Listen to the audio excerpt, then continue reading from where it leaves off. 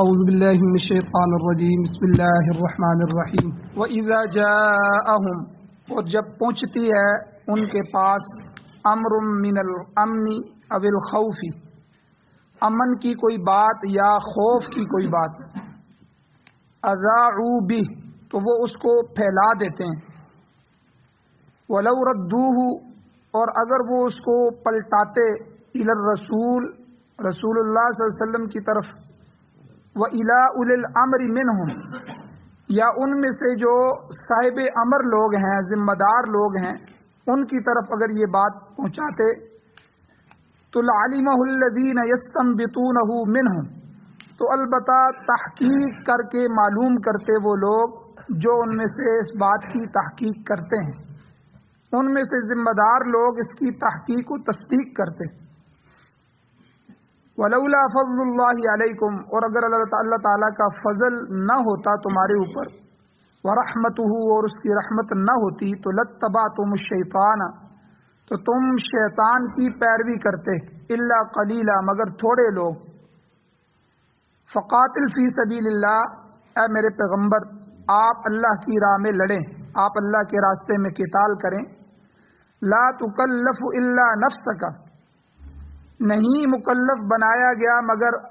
آپ کو آپ کے نفس کا۔ وَحَرِّضِ الْمُؤْمِنِينَ آپ ایمان والوں کو ابھاریے، ان کو ترغیب دے کے ان کو برانگیختہ کیجیے۔ عَسَى اللَّهُ أَن يَكُفَّ بَأْسَ الَّذِينَ كَفَرُوا امید ہے کہ اللہ تعالیٰ روک دے ان لوگوں کی برائی کو جنہوں نے کفر کیا، کافروں کی برائی کو اللہ آپ سے روک دے۔ وَاللَّهُ أَشَدُّ بَأْسًا اور اللہ تعالیٰ تو سخت لڑائی والا ہے، اور اشد تنکیلا اور اللہ تعالیٰ سخت سزا دینے والا ہے۔ سورۃ النساء کی آیت نمبر 83 اور 84 آپ کے سامنے تلاوت ہوئی ہے، آپ نے اس کا ترجمہ سنا۔ ان آیات کا ایک درس پہلے گزر چکا ہے جس کا خلاصہ یہ ہے کہ کہیں سے بھی کوئی خبر آئے تو بغیر تصدیق کے اور بغیر تحقیق کے اس کی تشہیر کرنے کی شریعت نے ممانعت کر دی، منع فرما دیا ہے کہ بغیر تحقیق اور بغیر تصدیق کے کوئی آدمی بھی بات کرے تو اس کو آگے نہ پھیلائیں۔ اور یہ باتیں جنگوں کے لحاظ سے زیادہ مناسبت ہے کہ اسلام کی جو ابتدائی جنگیں تھیں ان میں محاذ سے جو خبریں آتی تھیں، ابھی تک لشکر واپس نہیں آیا ہوتا، ابھی تک پختہ خبر نہیں آتی، ابھی تک کارگزاری سامنے نہیں آتی تھی، اس سے پہلے ہی کوئی خبر پہنچ جاتی تو اس خبر کو اسی طرح بلا تحقیق مشہور کر دیتے، جس سے جنگی حکمت عملی کے تحت، حکمت عملی کے پیش نظر بڑا نقصان ہوتا تھا۔ تو اس معاملے میں منافقین اور یہودی یہ پیش تھے، اور کمزور دل مسلمان بھی کئی دفعہ ان کے ساتھ شامل ہو جاتے تھے، تو لہذا اللہ تعالیٰ نے ایسا کرنے سے منع فرمایا۔ اور ارشاد فرمایا وَإِذَا جَاءَهُمْ أَمْرٌ مِّنَ الْأَمْنِ وَالْخَوْفِ جب ان کے پاس کوئی خبر آتی ہے امن کی یا خوف کی، تو یہاں امن سے مراد خوشخبری، فتح، مال غنیمت یا کامیابی کی، تو شکست جو ہے یہ یا جانی مالی نقصان اسے خوف کہا گیا۔ تو کوئی بھی اس طرح کی خبر آتی ہے تو منافقین اذاعوا بہ اس کو پھیلا دیتے ہیں۔ اور میں نے حدیث بھی بیان فرمائی تھی پچھلے درس میں کہ نبی اسلام نے فرمایا کفا بالمرء کذبا ان یحدث بکل ما سمع کسی آدمی کے جھوٹا ہونے کے لیے اتنی بات ہی کافی ہے کہ وہ ہر سنی سنائی بات بغیر تحقیق تصدیق کے، بغیر چھان بین کے آگے پھیلا دے، تو یہ جھوٹا آدمی ہے۔ تو اس لیے حضور نے اور شریعت نے منع فرمایا کہ کوئی بات بھی بغیر تحقیق کے، بغیر تصدیق کے آگے نہ پھیلائی جائے۔ اب آج کے درس میں کہ جب خبر پہنچے تو اس کا پھر صحیح طریقہ کار کیا ہے، کرنا کیا چاہیے، اس کے بارے میں اللہ تعالیٰ نے اطلاع دی اور حکم فرمایا کہ پیش کی تحقیق کرنی چاہیے، کہ صحیح طریقہ کار یہ ہے کہ وَلَوْ رَدُّوهُ إِلَى الرَّسُولِ اگر یہ اس خبر کو، اس بات کو لوٹاتے رسول اللہ صلی اللہ علیہ وسلم کی طرف، وَإِلَىٰ أُولِي الْأَمْرِ مِنْهُمْ، یا اپنے اندر میں سے صاحب امر لوگوں کی طرف اس بات کو لوٹاتے، تو اس کا فائدہ کیا ہوتا؟ اس کا فائدہ یہ ہوتا لَعَلِمَهُ الَّذِينَ يَسْتَنبِطُونَهُ مِنْهُمْ، کہ ان میں سے تحقیق اور تجسس کرنے والے لوگ بات کی حقیقت کو جان لیتے۔ معاشرے میں، خاندان میں، گھر میں بعض لوگ بڑے سمجھدار ہوتے ہیں، جو ہی کوئی بات آتی ہے تو وہ اس بات کی تہ تک پہنچنے کی کوشش کرتے ہیں۔ آدھی بات تو وہ بندے کے بیان کرنے سے سمجھ جاتے ہیں۔ تو اس طرح کے لوگ موجود ہوتے ہیں، اولل الامر قسم کے لوگ ہیں، جو نیک اور سمجھدار قسم کے لوگ ہوتے ہیں۔ تو حضور علیہ السلام کی موجودگی میں اللہ تعالیٰ نے فرمایا کہ حضور کو بتاؤ، اور اگر حضور موجود نہیں ہے تو پھر اس کی خبر اولل الامر لوگوں کو دو، صاحب امر لوگوں کو، تاکہ وہ تحقیق کریں کہ واقعی یہ جو بات کہہ رہا ہے، یہ بات اس طرح ہوئی بھی ہے کہ نہیں ہوئی، یہ معاملہ کیا ہے، اور کسی کہنے والے نے اگر یہ بات کہی ہے تو صحیح کہی ہے، اگر صحیح بھی کہی ہے تو پھر کس پیرائے میں کہی ہے اس نے، اس سے آگے نقصان کیا ہوگا اس صحیح بات کو بھی آگے پھیلانے میں۔ تو یہ ساری چیزیں کہ لَعَلِمَهُ الَّذِينَ يَسْتَنبِطُونَهُ مِنْهُمْ، اللہ تعالیٰ کہتے ہیں جب یہ اللہ کے رسول یا اپنے اندر جو اولو الامر، صاحب امر، ذمہ دار قسم کے لوگ ہیں، سمجھدار قسم کے لوگ ہیں، ان کی طرف جب یہ بات پہنچاتے تو وہ اس میں جان لیتے، یستنبطونہ منہم، جو اس میں سے استنباط کرنے والے ہیں، ان میں سے تحقیق اور تجسس کرنے والے لوگ اس بات کی تہ تک اور حقیقت تک پہنچ جاتے۔ مقصد یہ ہے کہ کسی خبر کو عام کرنے سے پہلے، تشہیر کرنے سے پہلے، آگے پھیلانے اور پہنچانے سے پہلے یہ لازم ہے کہ اسے ذمہ دار لوگوں کے سامنے پیش کیا جائے۔ وہ اس کی باقاعدہ سب سے پہلے تحقیق کریں گے، پھر تصدیق کریں گے، پھر فیصلہ کرنے کے بعد تشہیر کریں گے۔ یہ تین چیزیں ہیں ہر بات کے متعلق یاد رکھیں۔ سب سے پہلے تحقیق کریں، جو آ رہا ہے بتا رہا ہے، بھئی آپ کو کس نے بات بتائی ہے، وہ کہے گا جی میں نے ویسے ہی فلاں جگہ سے سنی ہے، یا کوئی کہہ رہا تھا، آپ کہیں کہ بھئی اس بات کو آگے نہ پھیلائیں، آپ کو پتہ ہی نہیں ہے، کوئی آدمی انجان آدمی کہہ رہا تھا تو آپ نے کہا، آپ کے پاس تو کوئی پروف نہیں ہے، بات وہیں ختم ہو۔ تو یا اس نے کسی معتبر آدمی سے سنی ہے، پھر پیچھے جا کر اس کی تحقیق کی جائے۔ تحقیق کرنے کے بعد وہ سمجھدار آدمی پھر تصدیق کرتے ہیں کہ واقعی یار یہ بات تو ہوئی ہے، مسئلہ تو ہوا ہے یہ، لیکن پھر آگے تیسرے نمبر پہ وہ فیصلہ کرتے ہیں کہ آیا اس خبر کی تشہیر یہ اس آدمی یا اس خاندان یا اسلام کے مفاد میں ہے یا نقصان میں۔ یہ بھی ذمہ دار لوگوں کی ذمہ داری ہوتی ہے، سمجھداری ہوتی ہے کہ بھائی یہ بات آگے پھیلائی جائے کہ نہ پھیلائی جائے، اس سے فائدہ ہوگا یا نقصان ہوگا۔ تو یہ تینوں چیزیں جو ہیں یہ ذمہ دار لوگ جو ہیں وہ اس بات کو دیکھ کے جو ہے پھر وہ فیصلہ فرماتے ہیں۔ اسی ضمن میں اللہ تعالیٰ نے فرمایا کہ کسی معاملے میں حتمی فیصلہ اللہ تعالیٰ کے رسول کا ہوتا ہے، پہلا، سب سے پہلا۔ اگر اللہ کا رسول اس مقام پر موجود ہے تو ایسی بات فوراً اللہ کے رسول کے نوٹس میں لاؤ کہ حضور یہ باتیں ہو رہی ہیں، یہ معاملات چل رہے ہیں، پھر حضور جو فیصلہ کریں اس کے مطابق عمل کرو۔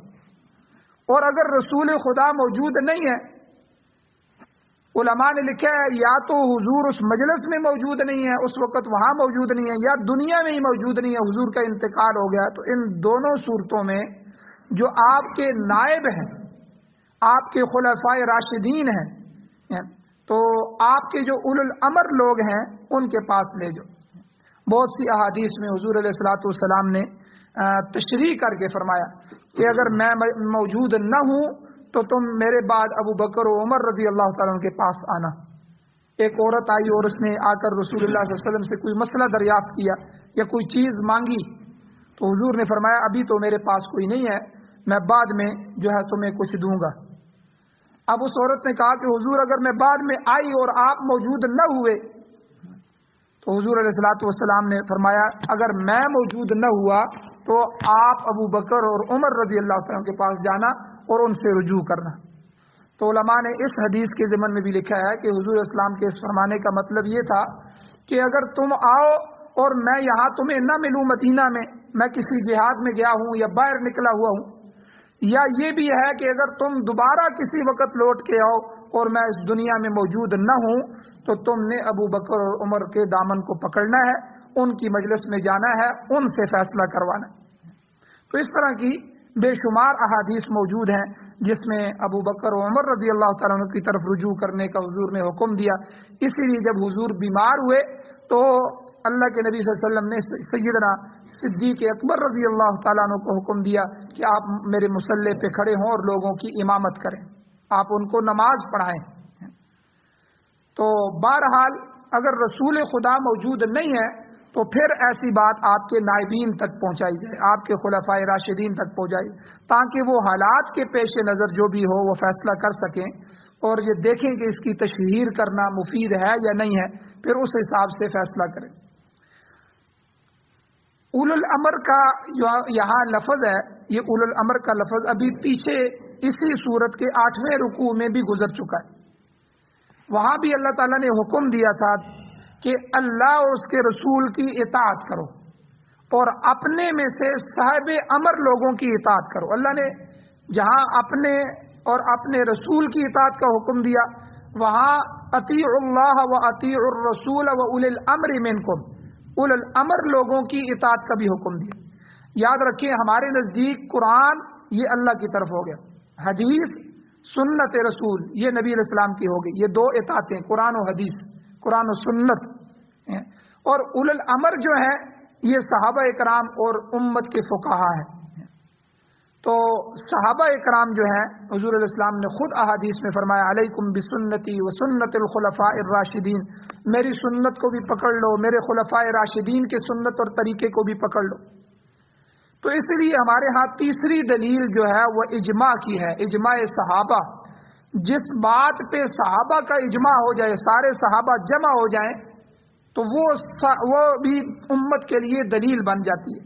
جس طرح 3 طلاقوں کا مسئلہ ہے، حضرت عمر رضی اللہ تعالیٰ نے فیصلہ کر دیا اور سارے کے سارے صحابہ اس بات پہ جمع ہو گئے کہ آج کے بعد جو 3 طلاقیں دے گا وہ 3 ہی ہوں گی۔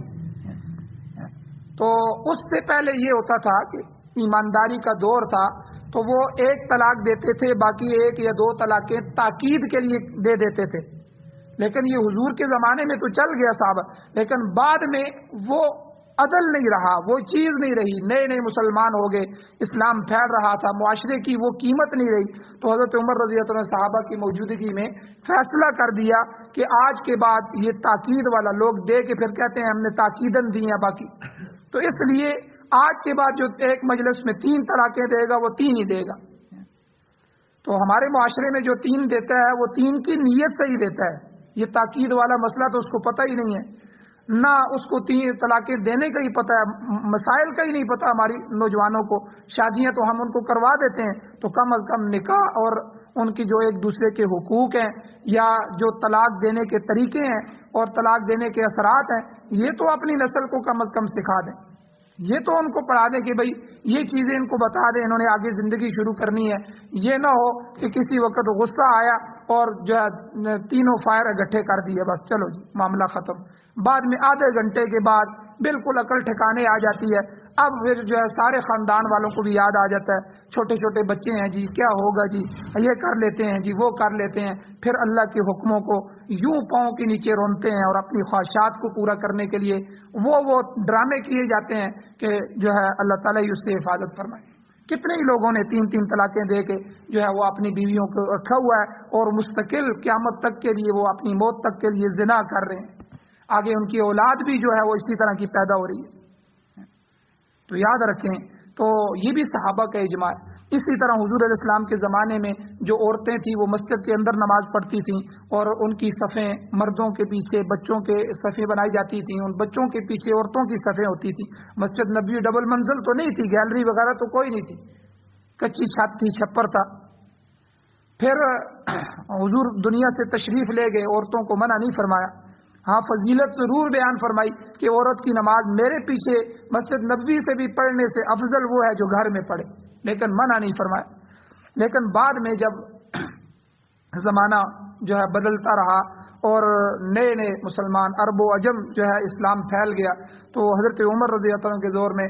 انہوں نے سارے صحابہ کی موجودگی میں اس میں اجماع کیا کہ اب عورت مسجد میں مرد کے پیچھے نماز نہیں پڑھ سکتی، فیصلہ ہو گیا۔ اور عورت کا مسجد میں آ کے گیلری میں بھی نماز پڑھنا یہ کراہتن ہے، مکروہ ہے، گھر میں پڑھے۔ حضور نے خود حدیث فرمائی افضل گھر میں ہے، لیکن بہرحال اگر گیلری میں پڑھ لیتی ہے نماز تو ہو جائے گی، فرض تو ادا ہو جائے گی، لیکن مرد کے پیچھے کھڑے ہو کے پچھلی صفوں میں اس کی اجازت نہیں۔ یہ صحابہ کی مہربانی ہے، انہوں نے اجماع کیا اس کام کو، ورنہ آج ہماری عورتیں بھی مردوں کے پیچھے اور کیا تماشے ہوتے۔ تو وہ تو صحابہ کا زمانہ تھا، حضور کو پتہ تھا، دیانت داری تھی، اور حضور کی صحبت، حضور کی مجلس کے اثرات تھے، تو اس لیے حضور نے اس کو، لیکن ساتھ ہی حضور نے یہ فرمایا کہ میری سنت کو، میرے خلفائے راشدین کی سنت کو مضبوطی سے پکڑ لو، کامیاب ہو جاؤ۔ اور اسی طرح 20 تراویح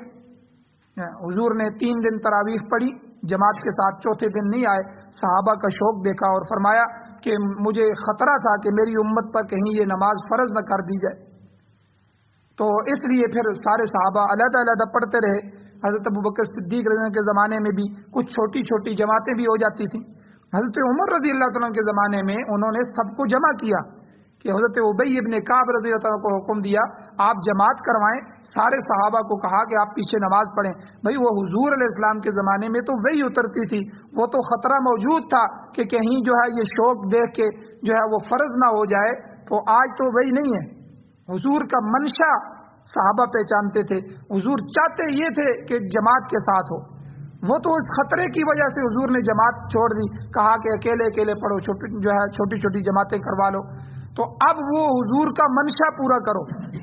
حضور اور شریعت جو چاہتی تھی کہ ایک جماعت ہونی چاہیے، اس لیے تو حضور نے 3 دن جماعت کروائی۔ اب ساروں نے جماعت کے پیچھے پڑھنی ہے اور 20 رکعت پڑھنی ہے، سارے صحابہ خاموش تھے، سب نے اجماع کر لیا، اور اس وقت سے لے کر آج تک مسجد نبوی اور بیت اللہ شریف میں جو ہے وہ 20 نمازیں ہو رہی ہیں، 14-15 صدیوں سے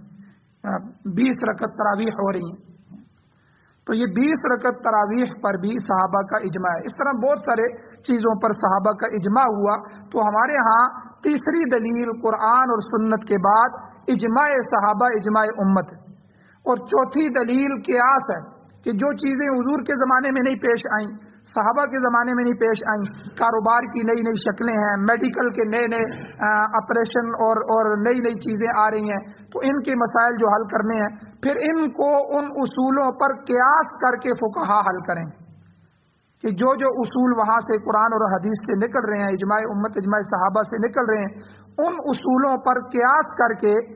مثلا مثال کے طور پر نبی علیہ السلام کے زمانے میں جو نشے ہوتے تھے، وہ ایک شراب کا تذکرہ ملتا ہے قرآن و حدیث میں، ایک افیون کا تذکرہ ملتا ہے، یہ 2-3 نشے ہوتے تھے۔ یہ جو سگریٹ ہے، پان ہے، نسوار ہے، یہ چھوٹے نشے ہیں، یا اس سے بڑے جو نشے ہیں، چرس ہے، بھنگ ہے، یا پاؤڈر ہے، یا ابھی جو شیشہ آ گیا ہے، یا اسی طرح کے نئے نئے نشے نکل رہے ہیں، یہ تو نشے نہیں تھے۔ اب ان کا حکم کیسے معلوم کیا جائے گا؟ ان کا حکم فقہا ان جو حضور کے زمانے میں جو نشے حرام تھے ان کو دیکھ کر جو ہے نکال کے اس کے مطابق جو ہے وہ فیصلہ ہو، تو اس کو قیاس کہتے ہیں کہ ان پر قیاس کر کے مسائل کو نکالنا، جدید مسائل۔ تو اس لیے جو حضرات کہتے ہیں صرف قرآن اور حدیث، تو وہ پھر یہ سارے مسائل، جدید مسائل تو اس سے حل نہیں کر سکیں گے۔ تو بظاہر تو دعویٰ اچھا ہے کہ ہم تو صرف قرآن اور حدیث پر عمل کرنے والے ہیں، بھئی قرآن اور حدیث اور اجماع صحابہ، جس پر صحابہ جمع ہو گئے، اجماع صحابہ، اجماع امت، اور اس کے بعد قیاس، یہ 4 اصول ہیں ہمارے، 4 اصول جو شریعت کے ہیں، جن سے شریعت نکل رہی ہے، مسائل حل ہو رہے ہیں۔ تو یہاں بھی اولو الامر اللہ تعالیٰ نے فرمایا، اور پیچھے جو میں نے کہا کہ اطاعت کے باب میں بھی اللہ تعالیٰ نے اللہ اور اس کے رسول کے ساتھ ان اولو الامر کی اطاعت کا بھی حکم دیا، اور وہاں پر بھی اس بات کی وضاحت کی گئی تھی کہ صاحب امر سے مراد مسلمان حکام بھی ہیں اور امت کے علماء اور فقہا بھی، یہ دونوں طبقے اولو الامر میں آتے ہیں۔ چونکہ معاملات ہماری زندگی گزارنے کے لیے 2 طرح کے ہوتے ہیں، یاد رکھیں، ایک معاملہ حکومتی نوعیت کا ہوتا ہے، ایک معاملہ ہمیں جو پیش آ رہا ہوتا ہے وہ اسلامی نوعیت کا ہوتا ہے۔ تو ان دونوں نوعیتوں میں حاکم وقت جو ہے اس کی بھی اطاعت کرنی ضروری ہے، اور علماء اور فقہا کی بھی۔ اب دیکھیں مثال کے طور پر اگر کوئی معاملہ انتظامی نوعیت کا ہمیں پیش آ جاتا ہے، کوئی معاملہ ایسا آتا ہے تو ہم نے حاکم وقت کے پاس جانا ہے، کیونکہ فوج کی تو تنظیم ہے، فوج کی تنظیم وہ حاکم وقت کی مٹھی میں ہوتی ہے۔ اسی طرح شہری دفاع، شہر کا دفاع کرنا کہ شہر میں ڈاکے چوریاں نہ ہوں، معاملات نہ ہوں، جھگڑے نہ ہوں، ٹھیک ہے، اور معاملات لوگوں کے نہ ہوں، لوگوں کی بازار کے معاملات صحیح درست ہوں، کوئی مہنگائی نہ ہو، ٹھیک ہے، اور بہت سارے معاملات ہوتے ہیں۔ یہ شہری دفاع جو ہے یہ بھی حکومت وقت کی ذمہ داری ہوتی ہے۔ اسی طرح جو ملکی نظم و نسق ہوتا ہے اس کو چلانا یہ بھی گورنمنٹ کی ذمہ داری ہوتی ہے، حاکم کی ذمہ داری ہوتی ہے۔ تو اس طرح کے جتنے معاملات پیش آتے ہیں اس میں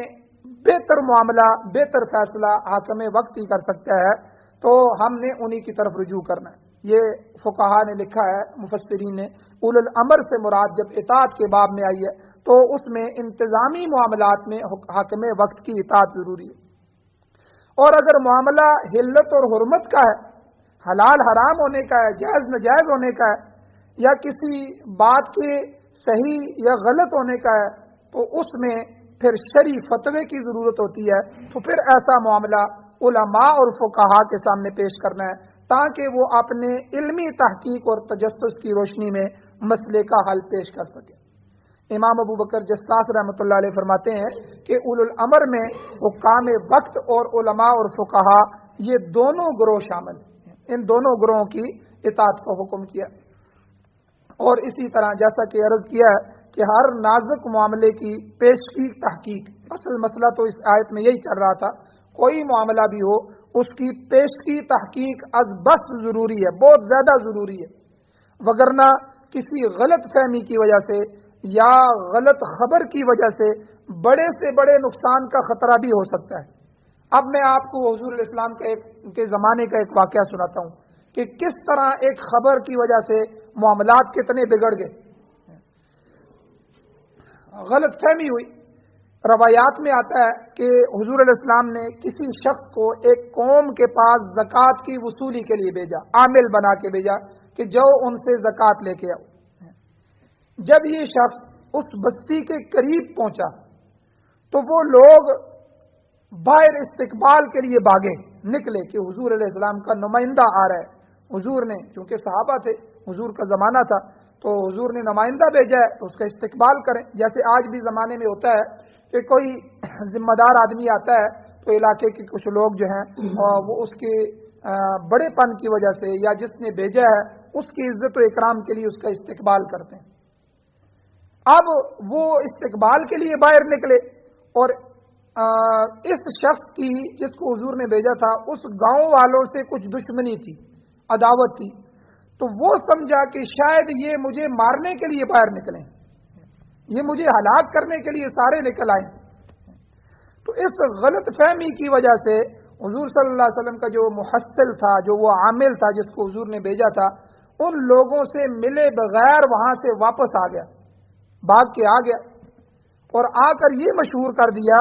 کہ وہ لوگ نہ صرف دین سے پھر گئے ہیں بلکہ وہ زکوٰۃ کی ادائیگی کا بھی انکار کر رہے ہیں۔ اب دیکھیں معاملہ کدھر سے کدھر چلا گیا کہ وہ تو میں تو ادھر گیا ہوں، وہ تو پھر گئے ہیں، وہ تو دین سے پھر گئے ہیں اور زکوٰۃ بھی دینے سے انکار کر دیا، بلکہ مجھے مارنے کے لیے وہ نکلے تھے۔ اب معاملہ بڑا نازک تھا۔ اہل اسلام چونکہ اسلام کے اندر کوئی قوم مرتد ہو جائے، یعنی اسلام کا ہی انکار کر دے یا کسی حکم کے پورا نہ کرنے کا، زکوٰۃ کا انکار کر دے، تو اسلام تو اس کو برداشت نہیں کرتا۔ تو یہاں اگر صورتحال کی تحقیق نہ کی جاتی تو قریب تھا کہ ان لوگوں کے خلاف کوئی فوری کارروائی کی ہو جاتی اور مسلمانوں کے ہاتھوں سے ہی مسلمانوں کا نقصان ہو جاتا۔ سورہ حجرات میں بھی اللہ تعالیٰ نے یہ فرمایا، 26ویں سپارے میں اللہ تعالیٰ نے فرمایا، یا ایھا الذین آمنوا، اے ایمان والو، ان جاءکم فاسق بنبأ فتبینوا، اگر کوئی آدمی جو ہے تمہارے پاس کوئی ایسی خبر لے کے پہنچے تو فتبینوا، اس کی پوری تحقیق کر لیا کرو۔ کہیں کم علمی کی وجہ سے، نادانی کی وجہ سے، جہالت کی وجہ سے، غلط فہمی کی وجہ سے یا غلط خبر کی وجہ سے ایسا نہ ہو کہ کوئی نقصان اٹھا بیٹھو۔ تو اسی صورت میں آگے 13ویں رکوع میں بھی یہ لفظ آ رہا ہے، وہاں بھی اللہ نے فرمایا کہ کسی شخص کو غلط فہمی کی بنا پر کافر سمجھ کر قتل نہ کرو، بلکہ اس کی تحقیق کر لیا کرو، ایسا نہ ہو کہ بے گناہ مسلمان تمہارے ہاتھوں سے مارے جائیں۔ تو دوران جنگ بعض ایسی خبریں ہوتی ہیں جو جنگی پروپیگنڈے کے طور پر پھیلائی جاتی ہیں تاکہ دشمن پر اس کا منفی اثر ہو۔ بعض اوقات اپنی کامیابی کو اور دشمن کی ناکامی کو بڑھا چڑھا کر پیش کیا جاتا ہے تاکہ جو فریق مخالف ہو، اس کی فوج جو ہے، اس کے جو لڑنے والے لوگ ہیں، ان کے اعصاب کمزور ہو جائیں، اعصابی طور پر، نفسیاتی طور پر، ذہنی طور پر وہ شکست کو تسلیم کر لیں۔ اور بعض دفعہ عوام میں ایسی غلط خبریں پھیلائی جاتی ہیں تاکہ عوام میں بددلی پھیل جائے۔ تو سورہ احزاب میں اللہ نے فرمایا کہ منافقین کا حال یہ ہوتا ہے کہ مسلمانوں میں ضعف پیدا کرنے کے لیے، کمزوری پیدا کرنے کے لیے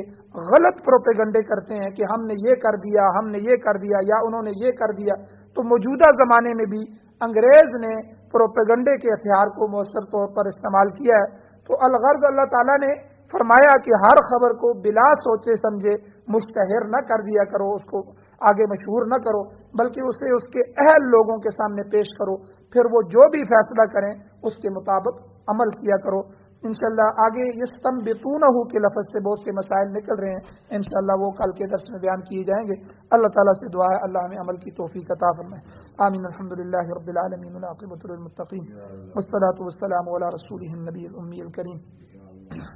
یا اللہ ہماری کمیوں کو تہیوں کو معاف فرمائیے، درگزر فرمائیے، صغیرہ کبیرہ گناہوں کو معاف فرمائیے۔ یا اللہ قرآن مجید کو پڑھنے، قرآن و سنت کو پڑھنے، پڑھانے، عمل کرنے کی توفیق عطا فرمائیے، حضور علیہ السلام سے سچی سچی محبت نصیب فرمائیے، آپ کی کامل اتباع نصیب فرمائیے، قرآن و سنت کی حکومتیں نصیب فرمائیے، خلافت راشدہ، امارت اسلامیہ شریعہ کا قیام نصیب فرمائیے۔